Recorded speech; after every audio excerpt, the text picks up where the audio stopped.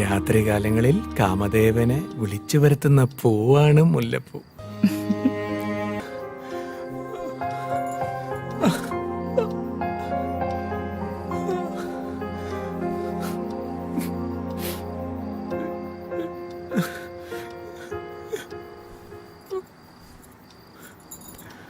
എന്ത് പറ്റി വിഷ്ണുവേട്ടാ? ഒരു തളർച്ച പോലെ. ഹോസ്പിറ്റലിലെങ്ങാനും പോണോ? അതൊന്നും വേണ്ട, വാ നമുക്ക് എടുക്കാം.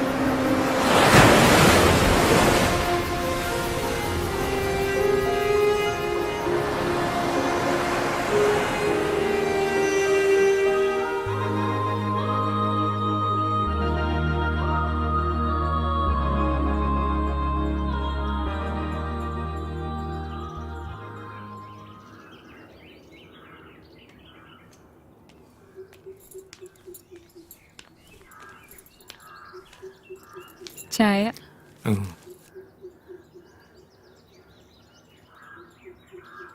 ഇന്നലെ ഉറങ്ങിയില്ലല്ലേ?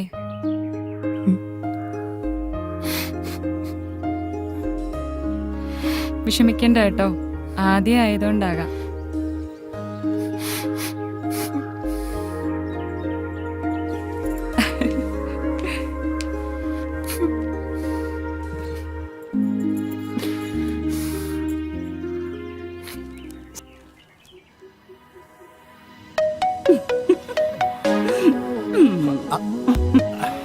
പാപ്പച്ചനെ ഞാൻ സമ്മതിച്ചു തന്നിരിക്കുന്നു.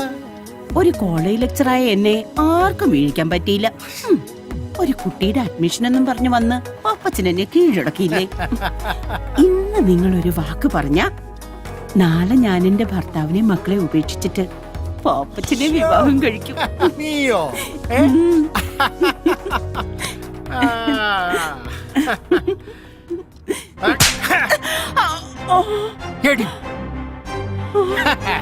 കൊള്ളാം, ഭർത്താവും മക്കളുള്ള നീയുണ്ടല്ലോ, എന്നെ കെട്ടാനും നടക്കണ്ട, കേട്ടടി, ആരുടെ പുറകെ പോവുകയും വേണ്ട, കേട്ടോടി.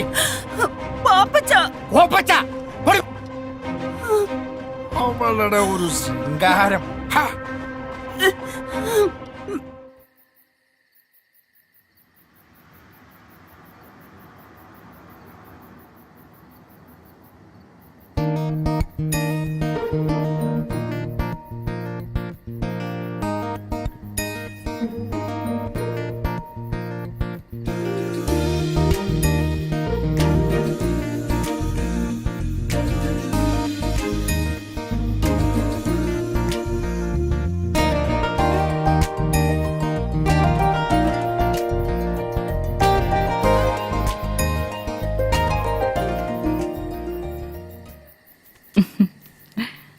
ജയശ്രീക്ക് വായനയൊക്കെ ഉണ്ടോ?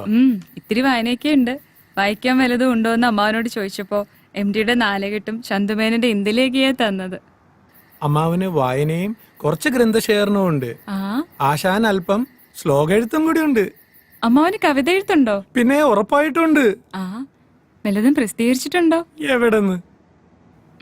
അങ്ങനെ ഡയറിയിൽ ചുമ്മാ എഴുതിക്കൂട്ടും, അത്ര തന്നെ. ബാക്കി കഥകളൊക്കെ നമുക്ക് നാളെ സംസാരിക്കാം.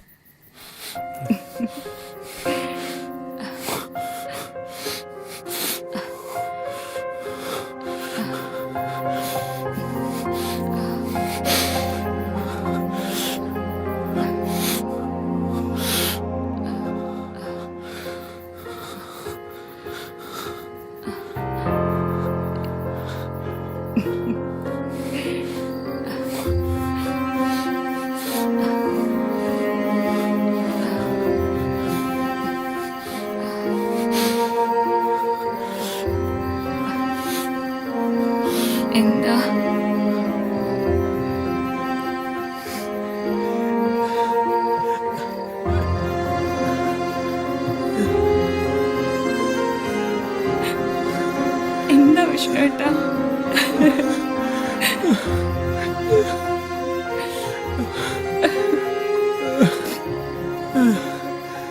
വയ്യ.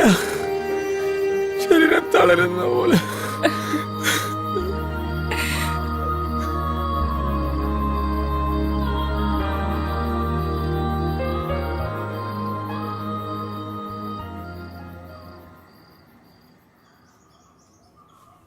ഞാൻ ഇനി എന്ത് ചെയ്യും?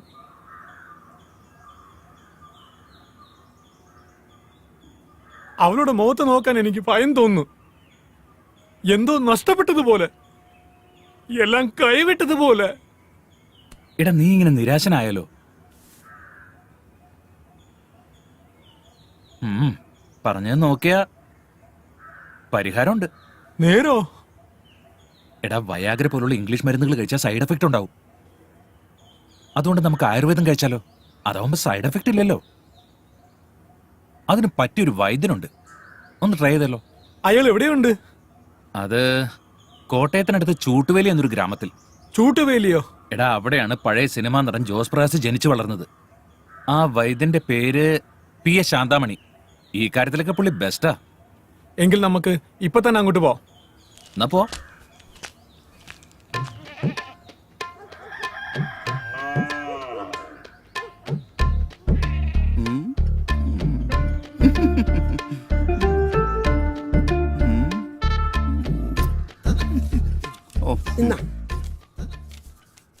അരി 2 കിലോ, മുളക് പൊടി 250 ഗ്രാം, മല്ലിപ്പൊടി 150, ഉപ്പ് 1 പാക്കറ്റ്, ചിക്കൻ 2 കിലോ. അയ്യോ വൈദ്യരെ, ഇത് മരുന്നിന്റെ കുറിപ്പല്ലത്.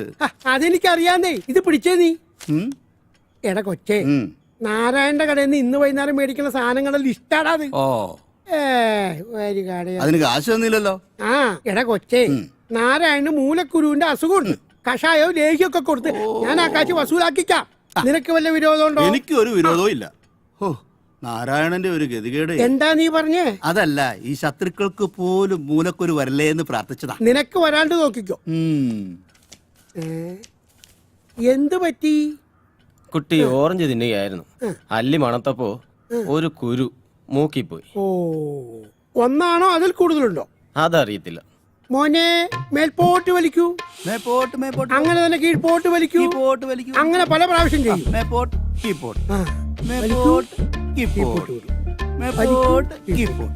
ആ, മേപ്പോട്ട് കീപ്പോട്ട്. നോക്കട്ടെ, നോക്കട്ടെ, നോക്കട്ടെ. അയ്യോ, ഒരു മേപ്പോട്ട് കയറിപ്പോയി നെറുകയിലേക്ക്. അയ്യോ. ഇനി ഒന്നും പേടിക്കാനില്ല. നേരെ മെഡിക്കൽ കോളേജിലേക്ക് കൊണ്ടുപോകും.